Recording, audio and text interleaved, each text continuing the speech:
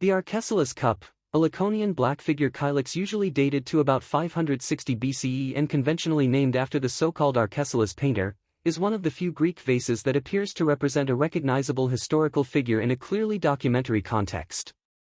Its tonda shows a seated ruler, identified by inscription as Arkesilas II of Cyrene, overseeing the weighing and packing of trade goods. The object is a stemmed kylix, a drinking cup, executed in the Laconian black figure technique. The scene occupies the interior of the cup and is framed by a decorative border of repeated motifs typical of Laconian workshops. The cup has been ascribed to the painter now called the Arkesilas painter, and stylistic features place its production in the mid-6th century BCE. The vase was found in Etruria and is today preserved in the Cabinet de Médailles of the Bibliothèque Nationale de France. The tonda renders a composed, multi-figured work scene. On the left, a bearded man sits under a tent-like awning wearing a brimmed hat. To his right, a line of workmen are engaged in handling, weighing, and loading goods. Crucially, an inscription near the seated figure reads a form of the name Arkesilas, which is the principal reason for identifying the person depicted with Arkesilas II, the historic king of Cyrene in North Africa. Scholars have long read the composition as a ruler supervising the weighing and export of silphium, the lucrative aromatic and medicinal plant that was a major Cyrenaican export, although some have emphasized that the painted scene conveys broader motifs of economic control and royal patronage rather than a single documentary act. Several authors have noted that the composition borrows compositional logic from Near Eastern and Egyptian presentations of weighing and administrative scenes, for instance, the use of registers, the emphasis on the seated official and the schematized representation of goods. The Arkesilas cup therefore participates in a Mediterranean visual vocabulary in which economic transactions are staged as part of courtly display. If the goods portrayed are indeed silphium, the scene communicates the sovereign's control over a highly prized commodity. Silphium's rarity and medicinal reputation made it a pillar of Cyrene's wealth in the archaic centuries. The representation of Arkesilas supervising weighing and packing thus indexes political control over trade and resources.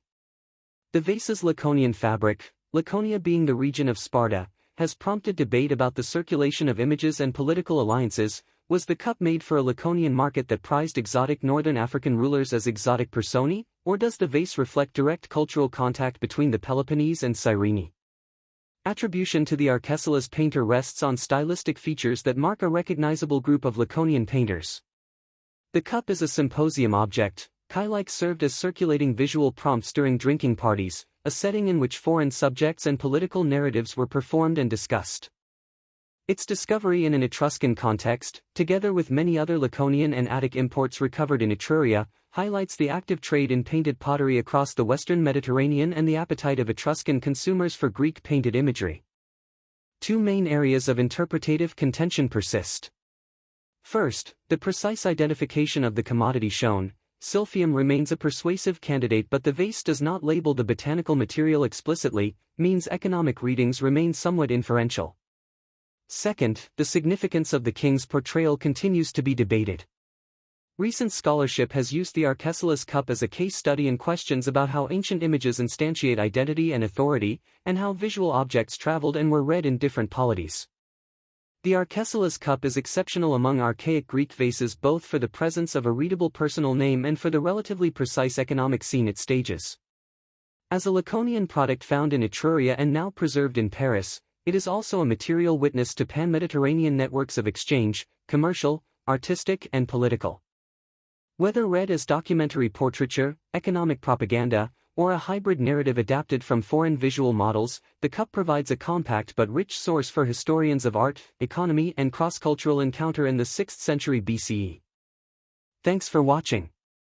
If you enjoyed this video, please subscribe so you won't miss new ones.